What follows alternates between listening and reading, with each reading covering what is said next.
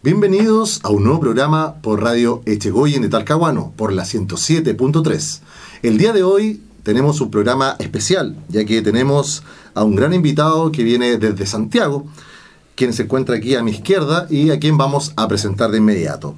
Él es Rubén Leal Riquelme, es el gran orador de la Gran Logia de Chile. Bienvenido, don Rubén, acá a nuestros estudios de Radio Echegoyen por primera vez. Muchas gracias por invitarnos. Estoy muy contento de estar por primera vez en esta Radio Echegoyen aquí en Talcahuano.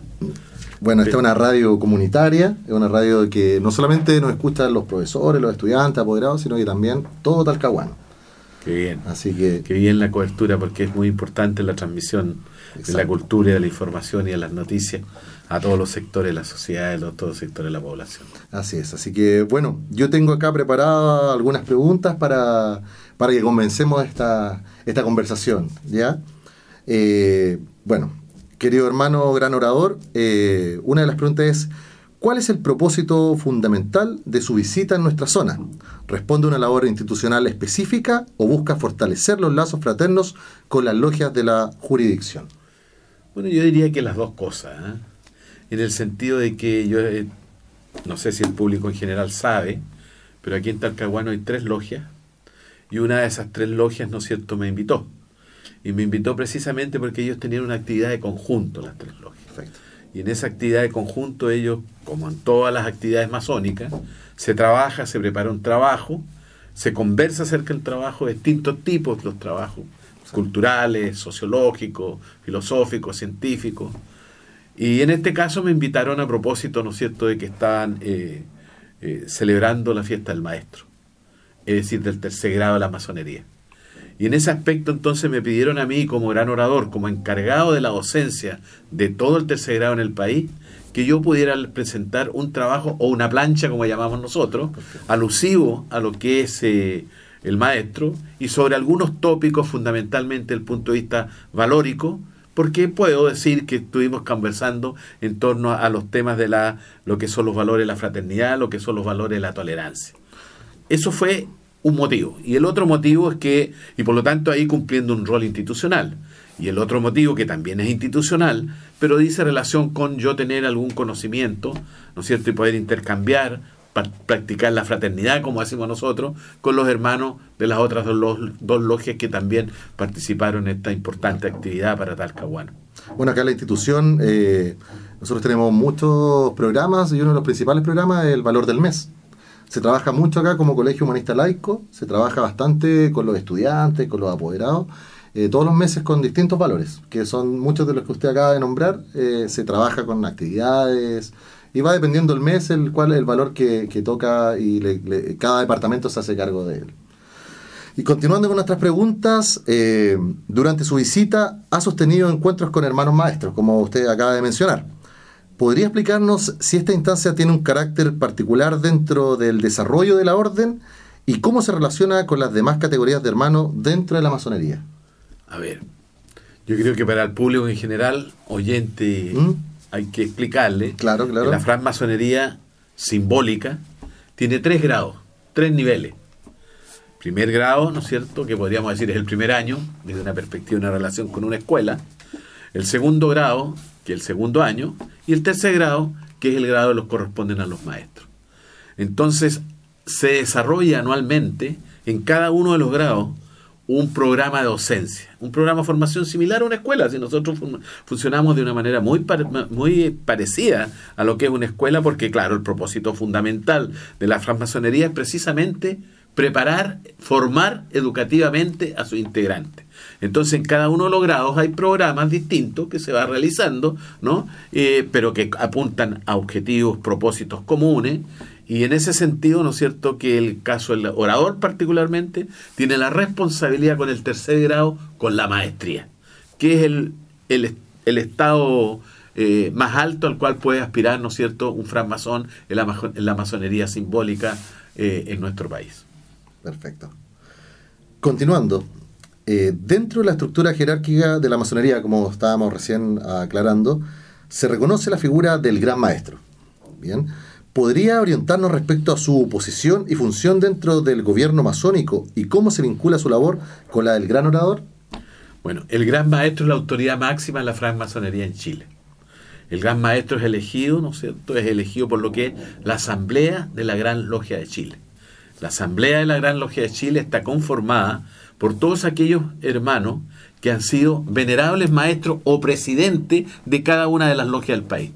Entonces ellos eligen al Gran Maestro. El Gran Maestro es la autoridad máxima, es la voz pública y oficial de la masonería, es el que conduce la masonería, es el que se preocupa de su financiamiento organizacional, esencialmente ético e iniciático, que es lo que caracteriza a la masonería, y él por lo tanto tiene una relación y una oficialidad con quien desarrolla este trabajo. Este trabajo, cada Gran Maestro dura 4 años en su periodo.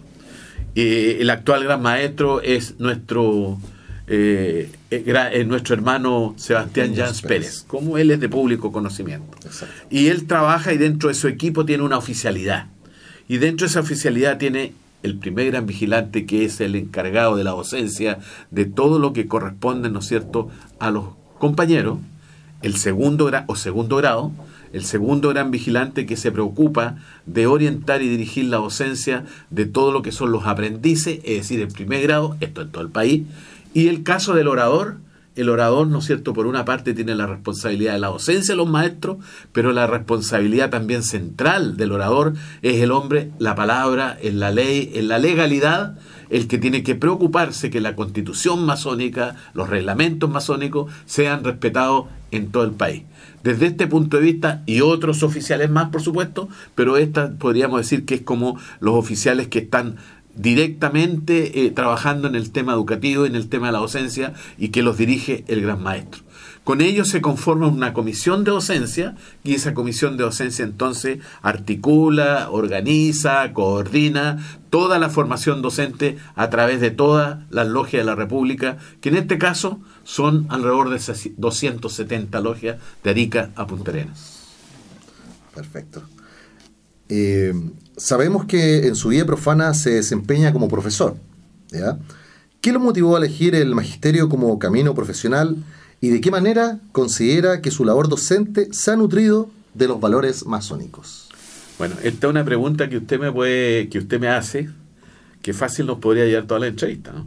Claro, fácilmente. Porque yo le voy a explicar una cosa. Yo ingresé para estudiar como profesor, y esto le va a llamar la atención a todos, cuando yo tenía 11 años. 11 años, lo repito para que no piensen que me estoy equivocando. Ocurre que antes en nuestro país existían las escuelas normales.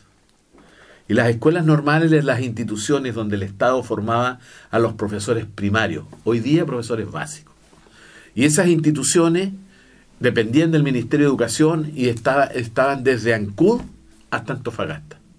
Habían en Ancud, en Valdivia, en Victoria, en Angola, en Chillán, en Curicó, en Talca, porque me salté alguna, en Santiago, en Viña del Mar, en La Serena, en Antofagasta, me puedo haber saltado alguna, pero en todo el país.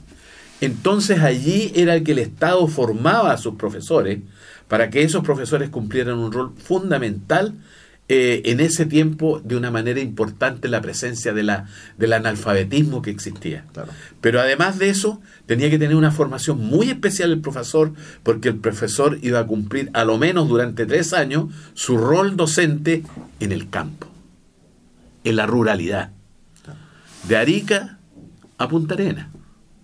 Y yo, que soy de la 9ª región de la Araucanía, me correspondió, por lo tanto, ir a trabajar, y yo trabajé en lugares cordilleranos, en lugares de comunidades mapuche, y ahí es donde yo tuve que ejercer. Bueno, pero lo más importante de aquello era que generalmente los profesores que trabajaban en la enseñanza básica o primaria en ese tiempo, reitero, buscaban algunos alumnos, miraban a los 10, 11 años, niños por lo tanto, que pudieran tener ciertas habilidades de servicio público, y al mismo tiempo pudieran cumplir un rol de profesor. Que ya a esa edad destacaban y sobresalían algunos niños que pudieran ser buenos para el deporte, habilidades artísticas, musicales, y ya con esas habilidades sobresalían y eran un poco distintos de los demás. Entonces generalmente los profesores buscaban a uno de esos, o 2 o 3, y los llevaban a alguna escuela normal En el caso mío fue a la Escuela Normal de Victoria, donde había un proceso riguroso de selección para poder ingresar a la Escuela Normal. Y digo riguroso porque la postulación era muy importante numéricamente hablando a esas escuelas normales. Y los cupos eran muy limitados. Por ejemplo, en el caso de la Escuela Normal de Victoria, cuando yo postulé, deben haber habido 120 cupos, pero no menos de 400 a 500 postulantes. Entonces habían 3-4 días de selección. En esa selección te medían no solo conocimiento de contenido, habilidades, capacidad de reacción, capacidad de reacción, no de redacción. Una comisión veía las características que tú pudieras tener en tu personalidad, te miraban desde el punto de vista de tu salud física, mental, de todo. Había un análisis muy completo. Y allí, ¿no es cierto?, tú ¿quedabas seleccionado o no quedabas seleccionado? Ahora, la gracia que tenía esto, adicionalmente a lo educativo propiamente tal, era que si tú ingresabas a la escuela normal, tú ganabas una beca. Y tu educación y la alimentación era gratuita. Porque generalmente la mayoría de quienes ingresábamos a la escuela normales éramos estudiantes internos. Vivíamos en el internado de la escuela normal. Claro, yo vengo de un lugar muy lejano de Victoria, en ese tiempo muy difícil de poder llegar a la costa de Temuco, que se llama Carahue, y para llegar acá era difícil. Y por lo tanto yo con suerte una o dos veces en el semestre podía ir a mi casa. Entonces estábamos internos. Bueno, eso era lo primero. Lo segundo es el hecho, ¿no es cierto?, de que la formación en internado incluía una formación disciplinaria. Tú te levantabas a una hora, tomabas el desayuno a una hora determinada, tenías la responsabilidad de hacer tu cama, después asistías a clase en determinados horarios, al mediodía tenías almuerzo, tenías un recreo, por lo tanto descanso después, lo mismo, después tenías horas de estudio en la noche. Tú tenías acceso a la biblioteca, pero complementariamente, y esto era la riqueza de la formación que tenían los profesores, la riqueza de que había que mucha actividad complementaria al plan de estudio de los contenidos, podríamos decir hoy día, puesto que te enseñaban, tenían la posibilidad de desarrollar tus habilidades artísticas, deportivas. Esta radio que hay aquí, por ejemplo, esas radios existían en las escuelas normales, por los propios niños que ya la empezábamos a desarrollar. De nuestro currículo formativo teníamos, por ejemplo, agricultura, conservería casera, primeros auxilios, nos enseñaban a tejer, nos enseñaban a atender o ayudar a atender parto. Es decir, todas esas actividades complementarias que nos podían permitir cumplir un rol importante en la comunidad o en el lugar campesino distante, tenía el profesor que cumplirlo. Entonces podríamos decir que la formación del profesor era una formación bastante amplia, yo diría completa. O más bien integral, y esa formación es lo que le permitía que el profesor cumpliera un rol de líder en la comunidad, en el lugar donde estuviera. De líder social, porque era de servicio público nuestra formación, y a su vez ayudar a formar ciudadanos, que era lo más importante de la red social para poder construir una sociedad democrática. Esa era la formación de las escuelas normales, que fueron, ¿no es cierto?, las escuelas normales cerradas abruptamente en un momento determinado de nuestra historia. O sea, podríamos decir que su vocación desde los 11 años ya estaba decidido a lo que usted quería ser profesor. Y la segunda parte de su pregunta es que cómo eso se nutrió en la francmasonería. Claro. Mire, yo trabajé en el campo, me formé en la Escuela Normal de Victoria, y después de haber trabajado en el campo, siempre yo tuve la motivación y la inquietud, y yo continué estudiando. Después yo fui a la universidad. En la universidad estudié un bachillerato en Ciencias Sociales, estudié para profesor de Estado en Filosofía, luego saqué una maestría de Filosofía, y más tarde concluí mi formación sistemática como doctor en Filosofía con mención en Epistemología de las Ciencias Sociales. En ese intertanto, en ese proceso de la universidad particularmente, como al inicio, yo tuve la oportunidad, se me abrieron las puertas e ingresé a la francmasonería. Y ahí en la francmasonería me encontré con una escuela iniciática. Y una escuela iniciática porque hay que iniciarse para poder ingresar. Me encontré, ¿no es cierto?, con una institución que forma hombres y lo forma esencialmente desde el punto de vista ético. Y como todos sabemos, la ética es una disciplina de la filosofía. Y por lo tanto, yo, estudiante de filosofía, ¿no?, egresado ya en los primeros años de filosofía, por ahí ingresé yo a la masonería hace alrededor de 40 años, ingresado en eso, yo me encontré una simbiosis, por lo tanto un complemento, más aún cuando la visión de la ética de la francmasonería es una visión laica. Y eso es tremendamente importante porque es lo que permite que confluyan las distintas maneras de pensar y puedan desarrollarse las maneras de pensar. En ese sentido es una escuela democrática la francmasonería. Y en ese sentido es lo que me permitió potenciar el trabajo docente, pero fundamentalmente también el trabajo en investigación. Porque claramente yo como académico de la universidad donde trabajé 40 años, tuve que desarrollar líneas de investigación, particularmente en las áreas, ¿no es cierto?, que me corresponde de mi especialidad, y allí están las publicaciones que cualquier ciudadano puede ingresar a través de Google. Allí. Claro, un libre pensador. Así es. Bueno, si no me equivoco, hubo un tiempo que en Chile teníamos aproximadamente un 67% de analfabetismo. Dentro de los datos, me acuerdo que había leído yo. Que era yo no le podría responder taxativamente esa pregunta, pero sí había un porcentaje importante de analfabetismo. Estamos pensando por allá, por los años 50 sí, más o menos. Sí. Los años 50. Que es más o menos cuando las escuelas normales cumplen un rol, y uno de sus roles, no el único, uno de sus roles era formar un profesor para abordar ese problema. Exacto. Pero también tiene que ver, digamos, con el hecho de que la formación del profesor normalista tuviese la disposición de servicio, de ir sin problema a los lugares más apartados y más complejos. Sí. Mire, yo le voy a contar un ejemplo. Una de mis experiencias laborales fue en una escuela bidocente. ¿Qué significa eso? Significa que en un lugar muy distante en el campo, un lugar rural, Chalelfu que se llama, que significa acá brazos de río, ¿no? Ahí en esa comunidad había una escuela, pero la escuela era una casa vieja, no era una escuela como la vemos hoy día. Esa casa tenía 3 piezas. En una pieza funcionaba el primero y segundo y tercer año, con un profesor al mismo tiempo. En la otra pieza funcionaba el cuarto, quinto y sexto año, primario o básico ahora, con un profesor, y la otra pieza era donde vivían los profesores. Y obviamente que en esa casa no había agua potable, no había luz, no había servicio higiénico como lo vemos hoy día. Había una pobreza, por lo tanto, o los recursos eran muy básicos. Y por lo tanto había que haber un compromiso de servicio muy grande para estar dispuesto ahí. Mi primera experiencia en esa escuela fue encontrarme con una plaga de sarna.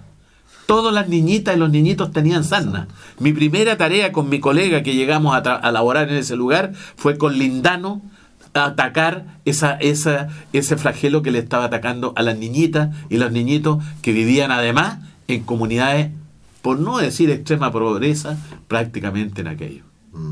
De eso estamos hablando cuando estábamos hablando de la formación del profesor para cumplir un rol social donde la sociedad lo necesitaba. Quedó clarísimo. Continuando, respecto de su ingreso a la masonería, ¿cómo recuerda ese proceso de iniciación y qué lo impulsó a dar ese paso trascendental en su vida? Bueno, acá abarcamos un poco algo que también lo motivó, que fue un complemento con lo que usted había estudiado y su vocación. Mire, en realidad yo a su pregunta no le puedo decir qué me motivó, porque en la masonería se invita. Claro. A mí me invitaron. De alguna manera yo me di cuenta cuando estudiaba en las escuelas normales que podría surgir una invitación y alguna vez me expresaron algo, pero no se concretó nada.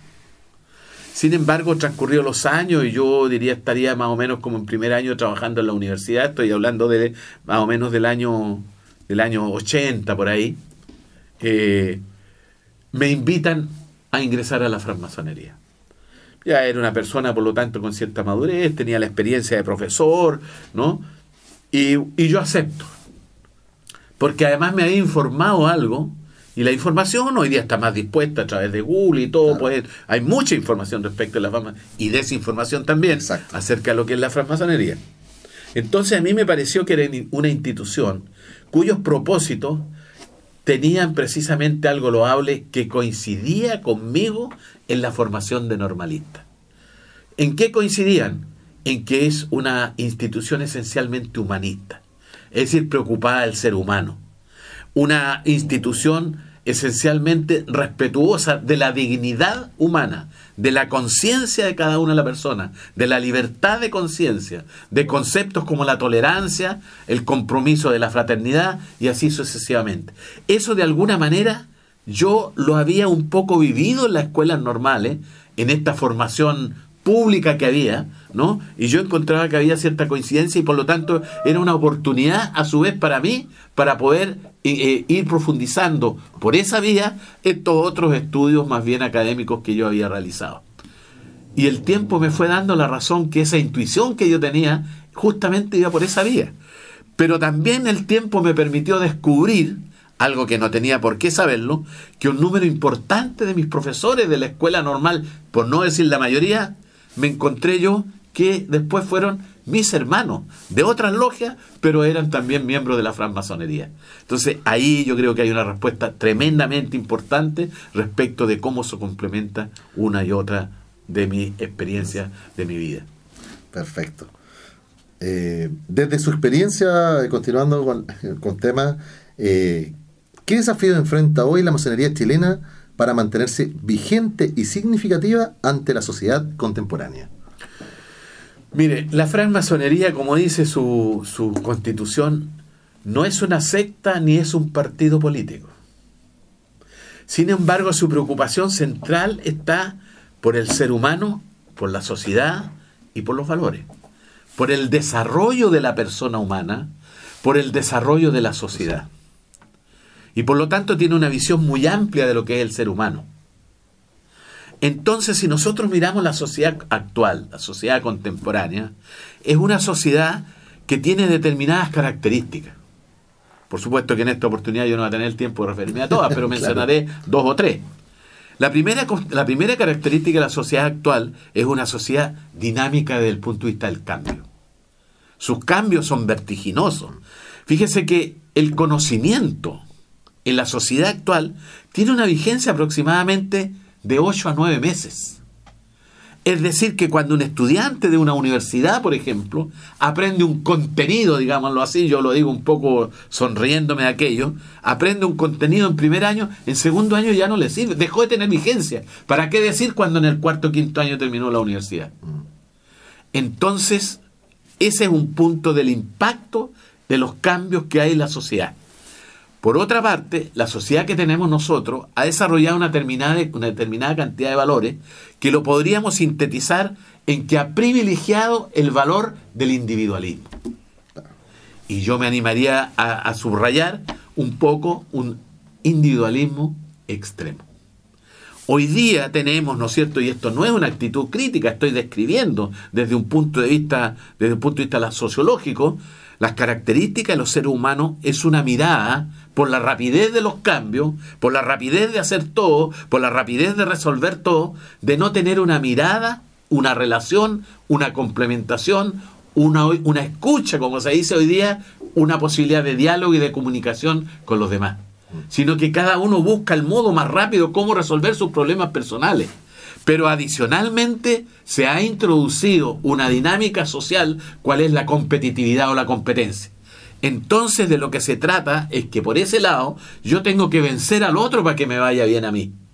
Y desde ese punto de vista entonces valores como la solidaridad, valores como la fraternidad, esos valores quedan de lado.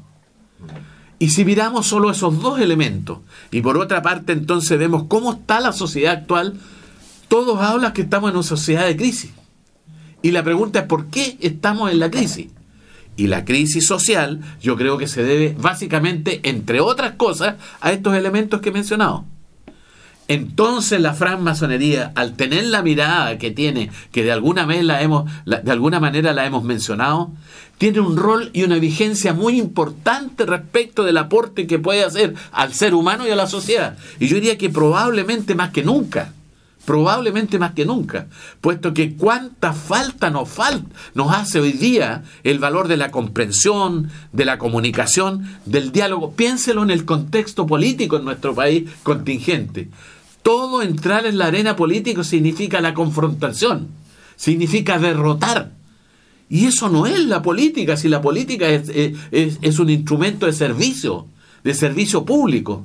entonces la francmasonería, con su principio de la tolerancia, de la comprensión y del diálogo, porque el diálogo es la característica más esencial de lo humano, el diálogo en el estricto sentido de lo que significa diálogo, porque hoy día muchos de los conceptos, entre otros el diálogo, se han trastocado y se utilizan de una manera distinta. Diálogo, dia y logos, vía donde transcurre, por donde va el logo, por donde va la razón, por donde va el pensamiento. Entonces, en el contexto del diálogo, miradas distintas, factores diferentes sobre un mismo punto, por muy distintos que sean, existe la posibilidad de la confluencia y del acuerdo. Eso es la base de la comunicación también. Exacto. Comunicar, poner en común, usted que es periodista. Entonces, todos esos elementos, cuando forma sus integrantes la francmasonería con esos valores y principios, porque los forma desde el punto de vista valórico, no los instruye, los forma, y eso es lo que permite entonces que ese francmasón cumpla un rol importante en la sociedad. ¿Cuál es? Tratar de abrir estos principios, estos valores. Cuando se habla que la francmasonería es influyente en la sociedad o no influyente, la influencia que pudiera ejercer va desde el punto de vista de lo valórico, de lo ético, de lo humano y de lo humanista. Punto de vista positivo, sobre todo para la sociedad. ¿Cómo percibe el rol del gran orador dentro del quehacer institucional y filosófico de la orden? ¿Qué valores considera esenciales en el ejercicio de este alto cargo?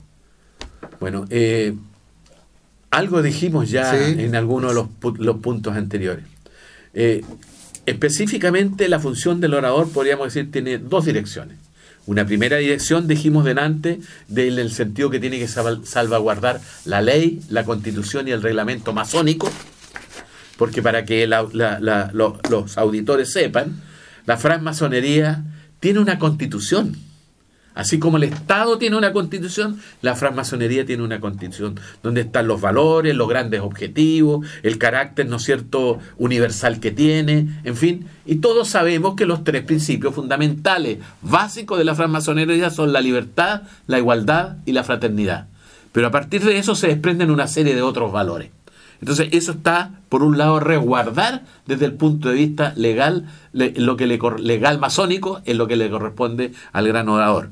En toda la obediencia, en todo el país, coordinado con los oradores que también existen en cada una de las 270 y tantas logias que hay en el país.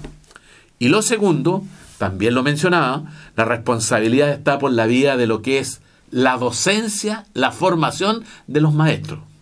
¿Qué quiero decir con esto? A veces cuando uno termina cuarto medio, termina una carrera en la universidad, habitualmente cree que concluyó sus estudios y se finalizó todo. Y no es así. La francmasonería forma en el aprendiz, forma después ese aprendiz que pasó a ser compañero y llega maestro, pero uno pudiera pensar, ¿culminó sus estudios? ¿Culminó su formación? Para nada, para nada. Tiene que seguir desarrollando una práctica, los valores y los propósitos de la francmasonería. Y la tarea fundamental del maestro va por una parte, orientar la formación de los aprendices y compañeros, y por otra parte, orientar el trabajo masónico que se pueda realizar en forma individual o en forma articulada en la sociedad profana. Porque nosotros decimos a la sociedad profana tenemos que llevar nuestros valores para mejorar y perfeccionarla en el sentido que hablábamos hace un rato. Entonces la tarea del gran orador es precisamente coordinar en estas dos direcciones el trabajo, ¿no es cierto?, de toda la institución, de toda la orden a nivel del país. Así como dicen, uno nunca termina de aprender. Nunca termina. Porque, mire, eso que usted me acaba de decir, el ser humano, yo quiero hacer la pregunta, ¿cuándo el ser humano deja de cambiar?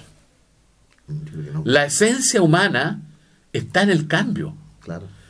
Nosotros cuando salgamos después de esta conversación, este diálogo que hemos tenido aquí, ya no vamos a ser los mismos, ni usted ni yo. Ni el joven camarógrafo tampoco, porque algo habrá oído lo que estamos conversando, ¿no? Así es. ¿No? Entonces, no va a ser lo mismo, porque el ser humano está en una dinámica permanente. Si bien es cierto, tiene una esencia, o algo que lo hace ser humano y no ser otra cosa, ¿no? Él va a permanentemente cambiar. Nosotros conocemos algo y ese conocimiento nos deja tranquilo por un momento. pero ya rápidamente esa respuesta se transforma en una nueva pregunta y así sucesivamente. Entonces uno podría decir, ¿y cuándo termina? Bueno, yo diría, no sabemos. A lo mejor termina con la muerte, pero tampoco lo sabemos.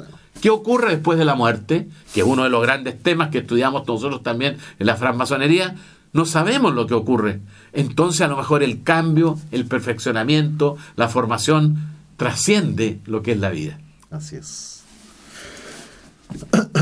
En un tiempo de cambios culturales y tecnológicos acelerados, lo que estábamos conversando hace un rato, ¿cómo puede la masonería seguir siendo un espacio de reflexión ética y humanista?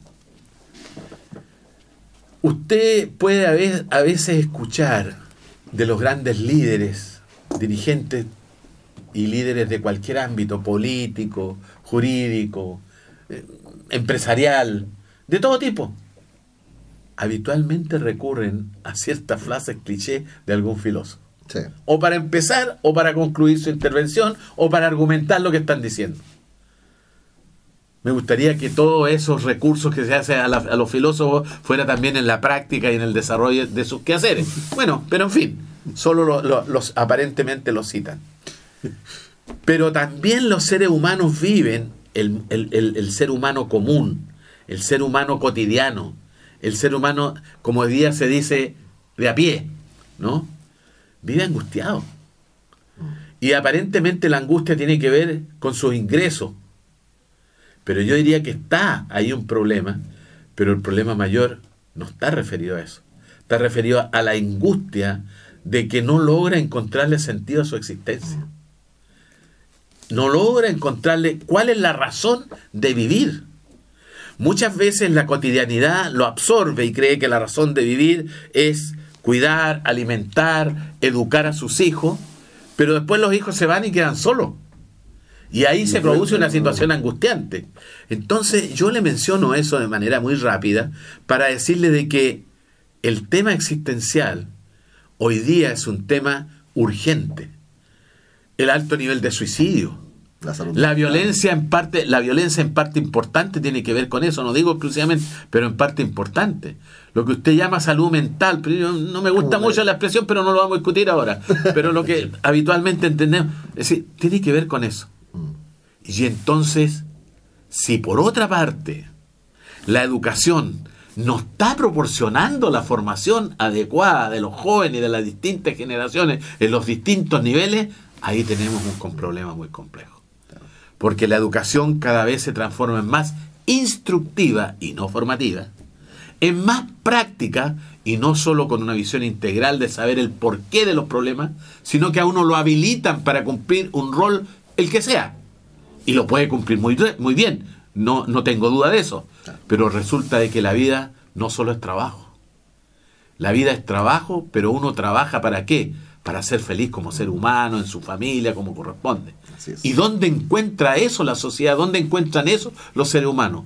Hoy día en muy pocos espacios. Muy pocos espacios. En ese marco, entonces, en ese contexto, es que está la francmasonería, que es una escuela formadora, abre un espacio, invita, por lo tanto, a integrantes de la sociedad profana y les otorga la oportunidad que ellos puedan autoformarse, porque nosotros hablamos del autoformador, de la autoformación, del autoperfeccionamiento, hablamos nosotros, pero no con un sentido egoísta, sino que ese autoperfeccionamiento y mejora del masón es ¿para qué? Para que vaya paulatinamente en el mundo y en la sociedad a entregar y llevar estos valores. Entonces, por esa vía, nosotros por una parte formamos gente que invitamos, pero por otra vía también entregamos esa acción bienhechora que permanentemente y en forma discreta lo hacemos, ¿no es cierto?, en la sociedad profana. Ya finalizando con nuestras preguntas, ¿qué mensaje desea transmitir a los hermanos de nuestra jurisdicción respecto al trabajo masónico y al perfeccionamiento interior? Algo muy parecido a lo que está... Bueno, claro, muy parecido. Yo diría que primero me alegro mucho haber tenido la suerte de poder haber compartido con las 3 logias de Talcahuano. Yo conocía solo una. Pero eso me alegro. Y eso me hace pensar y darme cuenta que la francmasonería aquí en Talcahuano es importante. Pero el ser importante no significa que se ha tocado un cierto cielo en donde allí no hay nada más que hacer. Porque como el ser humano es cambiante infinitamente, hasta donde sabemos, lo hablamos recién con respecto al tema de la muerte, significa que cada vez más la tarea del francmasón es más demandada y es más necesaria en el mundo profano por las características que tiene, que también nos referíamos hace poco rato. ¿Qué significa esto entonces? Esto significa que los hermanos de Talcahuano, como en todas las logias del país, tienen que doblegar, hacer más esfuerzo, porque la educación formativa masónica que realizan, tienen que hacerla cada vez más fuerte, más importante, más vigente. Sustentada en los valores y en los principios de los cuales hemos hablado de algunos de ellos, estos hermanos sin duda tienen que cumplir esa función docente. Y esa función docente significa, por ejemplo, comprender a los jóvenes, a las nuevas generaciones que tenemos hoy día, que son tan diferentes a quienes ya peinamos canas. Y son diferentes, yo diría, ni buenos ni malos, ni mejores ni peores. Son distintas. Y son distintas porque los impactos que tiene la sociedad cambiante vertiginosamente, los impactos de la cultura tecnológica son tremendamente fuertes, y por lo tanto el carácter, la personalidad, hasta el lóbulo cerebral de cada uno de los jóvenes hoy día es diferente de los viejos. Entonces eso uno podría decir, ¿y eso es un problema generacional? Yo diría que no es un problema generacional, es un problema que tenemos que comprender a los jóvenes en esas características, acogerlo para que de acuerdo a esa realidad no le impongamos nada a ellos, porque la francmasonería no impone. Lo que tenemos que hacer es acogerlos para darle una formación de acuerdo a la realidad que ellos les caracteriza. Y eso es una tremenda tarea para la francmasonería, es una tremenda tarea para los maestros, sobre todo los maestros que peinamos canas, porque nuestros criterios paradigmáticos, como se dicen hoy día, son tan distintos de los que traen estos jóvenes, y nuestro esfuerzo tiene que cumplir la función bienhechora también en esa dirección. Allí hay una gran tarea para la francmasonería, en particular de Talcahuano, en general para la francmasonería chilena, porque así como en Talcahuano, en esta sociedad, estas tres logias cumplen un rol, por ejemplo, importante a través de los valores que entrega, laicos que entrega este colegio, en la sociedad completa en el país tenemos que cumplir un rol tremendamente importante. Entonces la francmasonería y los masones tenemos que mirar proyectivamente, pero tenemos que mirar proyectivamente para llevar estratégicamente estos valores de la solidaridad, de la comprensión, del diálogo, de la fraternidad, porque la sociedad del siglo XXI debería ser la sociedad de la fraternidad, porque hemos tenido sociedad de la igualdad en algunos momentos de la historia, hemos tenido también momentos en la historia donde se privilegia la democracia, se privilegia la libertad, pero la fraternidad yo diría que no se ha visto. Y claramente no estoy pensando en la fraternidad aislada de la libertad y aislada de la igualdad. Los tres valores, pero en el sustrato de ellos, las relaciones fraternales deberíamos ser la gran tarea, la gran utopía del trabajo masónico para el siglo XXI. Excelente. Bueno, agradecer a toda la gente que nos sintoniza por la 107.3, la gente que nos va a ver a través de nuestro canal de Coental, dar las gracias también a Patricio, que se encuentra tras las cámaras, y agradecer también su presencia. Esperamos que la gente haya quedado un poco más clara de qué trata la francmasonería, a qué apunta y qué es lo que desea con la sociedad en sí. Bueno, y nada más que agradecer el mensaje que usted acaba de entregar en cada respuesta que nosotros le hemos hecho acá en los estudios de Radio Estigoyen. Y nada más que agradecer acá su presencia, su tiempo y disponibilidad por prestar acá un poquito de conocimiento y sabiduría a todo nuestro radio de escucha.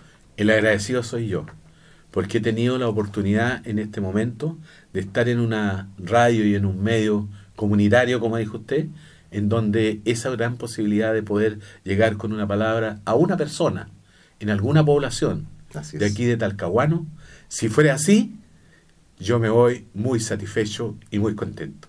Bueno, así va a ser, porque es algo que nos destacamos acá en Radio Estigoyen, de llegar a todas las personas acá en Talcahuano, de distintos estratos sociales, quien sea. Para todos a nosotros es importante siempre estar entregando mensajes, hablando de los valores y la importancia que hay de esto en la sociedad. para hacer una sociedad mejor. Así que muchas gracias a todos por sintonizarnos por la 107.3, una radio humanista y laica por la libre expresión de las ideas.